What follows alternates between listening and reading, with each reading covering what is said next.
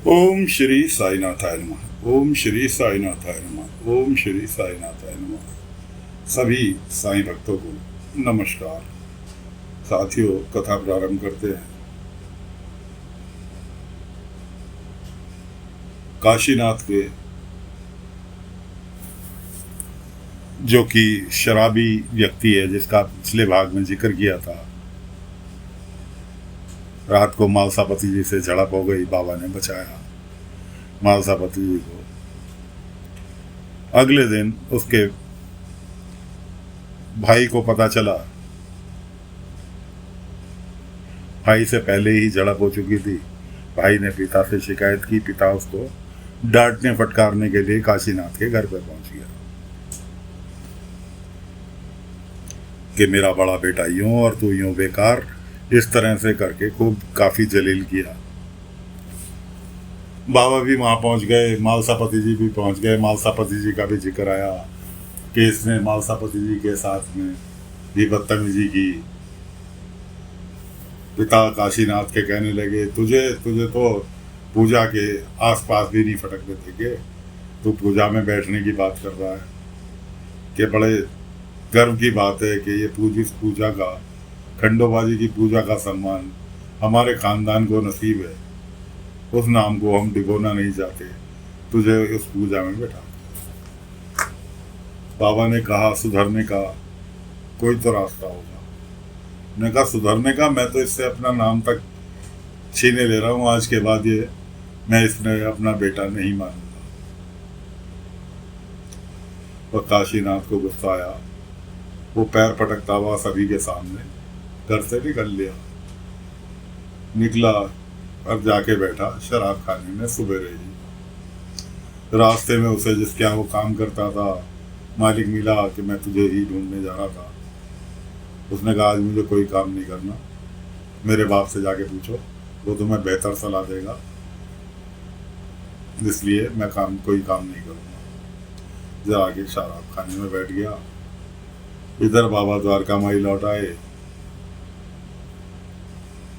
बाबा को वहां देखकर कुलकर्णी के आदमियों ने कुलकर्णी को जाके बताया कि ऐसे ऐसे काशीनाथ का इलाज अब फकीर करेगा, उसे नशा मुक्त कराएगा और उसे पूजा में बैठाएगा।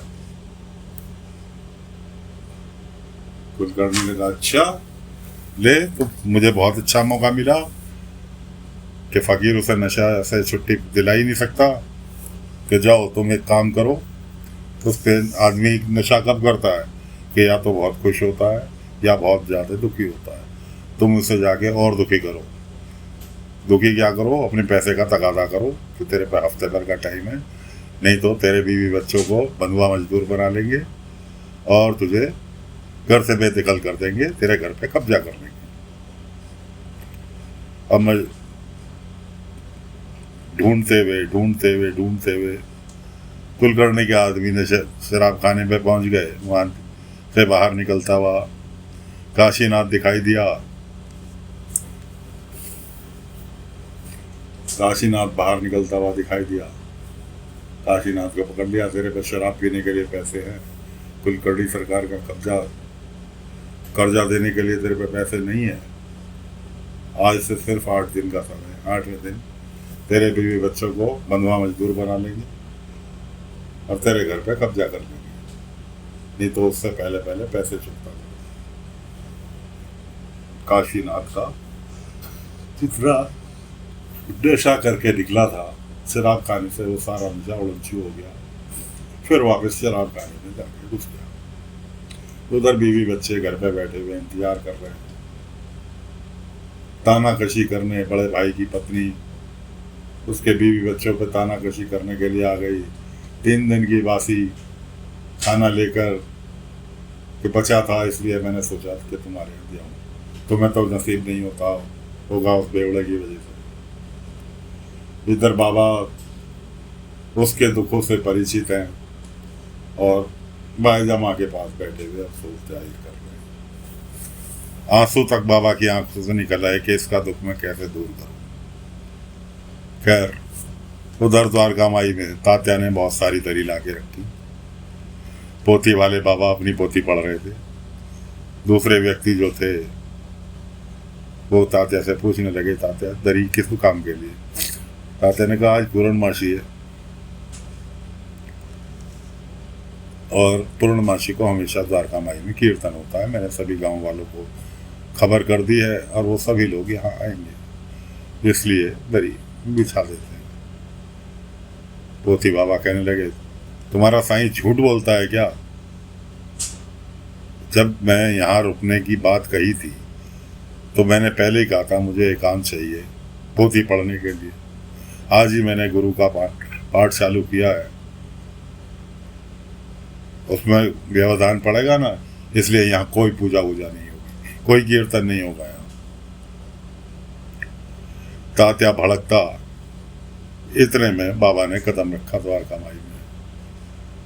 बाबा कहने लगे, तात्या पोथी वाले बाबा बिल्कुल ठीक कह रहे हैं कि इनके पोथी से ध्यान लगाने में व्यवधान पड़ेगा, इसलिए आज कीर्तन नहीं होगा। ये जितनी पोथी पढ़ेंगे उतने ही भगवान के नज़दीक जाएंगे, इसलिए इनके भगवान के नज़दीक जाने में हमें इनकी मदद करनी चाहिए और इनकी पोथी पढ़ने में रुकावट नहीं बनना चाहिए। हम लोगों का क्या है, हम तो अपने ईश्वर को दिल से याद करते हैं और उनके नज़दीक पहुंच जाते हैं। खैर तात्या भी मान गए। तात्या कहने लगा, ठीक है साईं, जैसा आप कहें। मैं सभी गाँव वालों को सूचित कर देता हूँ कि आज कीर्तन नहीं होगा। उसके बाद बाबा बैठ गए। वो नए व्यक्ति जो आए थे वो भी बैठे थे पोथी मास्टर के साथ। बाबा ने पूछा, बाबा दुखी तो थे ही काशीनाथ के परिवार को लेकर। बाबा ने पूछा कि मालसापति जी एक बात बताओ, लत क्या होती है?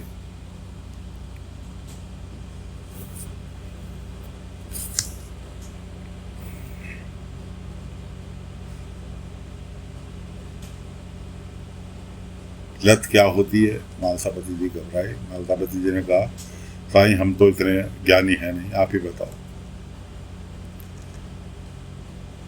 बाबा ने कहा, लत वो चीज है कि इंसान को लग जाए,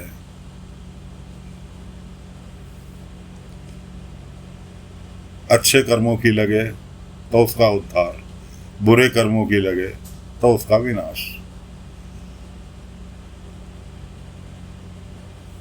पोथी मास्टर अपने मन ही मन कहने लगे, बस कुछ भी अपनी मन गढ़ंत कहानी बताता रहता है, अपने आप को बहुत बड़ा साधु संत कहलाता है। मुझे तो रत्ती भर भी नहीं पता कि इनने शायद एक किताब भी पढ़ी हो।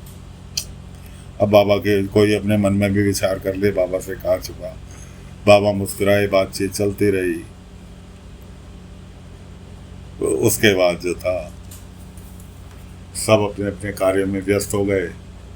अब कहानी यहाँ अटक रही है कि खंडोबा जी की पूजा होनी है और खंडोबा जी की पूजा में काशीनाथ को बाबा ने बैठाना है। तो खंडोबा जी की पूजा से पहले पहले काशीनाथ को बाबा ने सही करना है। तो बाबा परेशान है कि किस तरह इसको नशे की लत से छुड़ाया जाए। उधर काशीनाथ का करीब 5-6 साल का बेटा, माँ कह रही कि बेटा खाना खा ले, सो जा।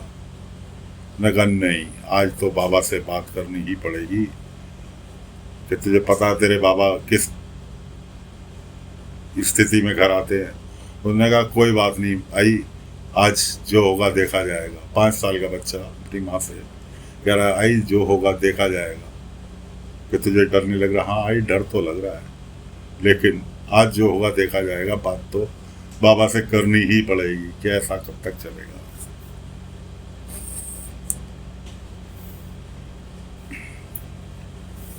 उधर पोथी वाले बाबा अपनी पोथी पढ़ने में तल्लीन।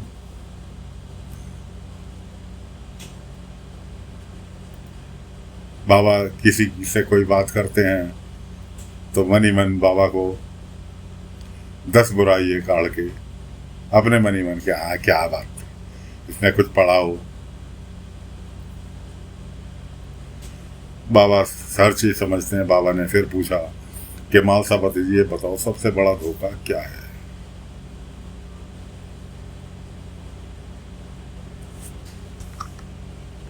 मालसापति जी कहने लगे कि साईं, हमें तो पता नहीं। काफ़ी दिमाग मारने के बाद कि ये वो, मालसापति जी कहने लगे कि साईं, हमें तो पता नहीं, आप ही बता दो। इतने में जो पोथी मास्टर के साथ दूसरे व्यक्ति आए थे बाबा के दर्शन के लिए, वो कहने लगे, पोथी वाले बाबा, आप ही बताओ, आप तो बहुत ज्ञानी हो। मैं कहा, हाँ अभी बताता हूँ, अभी देख के बताता हूँ। उनने किताब खोली। बाबा ने कहा कि पोथी वाले बाबा, तुम्हारी किताबों में इस प्रश्न का उत्तर नहीं होगा। इस प्रश्न का उत्तर किसी पुराण में, किसी ग्रंथ में नहीं मिलेगा। इस प्रश्न का उत्तर तो जिंदगी के तजुर्बे से ही मिलेगा कि सबसे बड़ा धोखा क्या होता है। कि ठीक है साईं, आपने तो बहुत उम्र गुजार ली, बहुत जिंदगी जी ली, आप ही बताओ। बाबा ने कहा, सबसे बड़ा धोखा होता है नशा। नशा जब चढ़ता है तो बहुत सुख देता है, लेकिन जब चढ़ने के बाद आज जिसके ऊपर चढ़ता है उसे रास्ते में पड़ा हुआ पत्थर भी नहीं दिखाई देता और वो ठोकर खाकर गिरता है, तो वो होता है धोखा। कि नशा सबसे बड़ा धोखेबाज है। कि जिसको इसकी लत लग गई, ये एक तरह की बीमारी है, और इस बीमारी से जो बच के रहे। मालसापति जी कहने लगे, मालसापति जी को क्या पता कि वो साईं के दिमाग में क्या चल रहा है, किसकी मदद करना चाह रहे हैं, किसकी मदद के लिए परेशान हैं। मालसापति जी कहने लगे, साईं, ना तो तात्या नशा करता, ना मैं करता, ना पाटिल जी करते, ना ये जो सज्जन है ये करते, उनमें से तो हम तो सब परिवार वाले हैं। बाबा ने कहा, नशे का संबंध परिवार से नहीं है। ये एक ऐसी बीमारी है जिसको लग गई उसको विनाश की ओर ही लेकर जाएगी। तो साथियों, कथा को फिलहाल यहीं पर विराम देते हैं, और आप सभी लोगों से भी गुजारिश है कि नशा एक ऐसी बीमारी है कि जिसको लग जाए उसको विनाश की ओर ही लेकर जाएगी। तो सावधान रहें। नशा एक ऐसी कोरोना जैसी बीमारी है, तो इससे बच के रहें। और आज के लिए आज्ञा दें, अगले अंक में आगे की कथा सुनाएंगे। तब तक के लिए आज्ञा दें। ओम साई राम, ओम साई राम, ओम।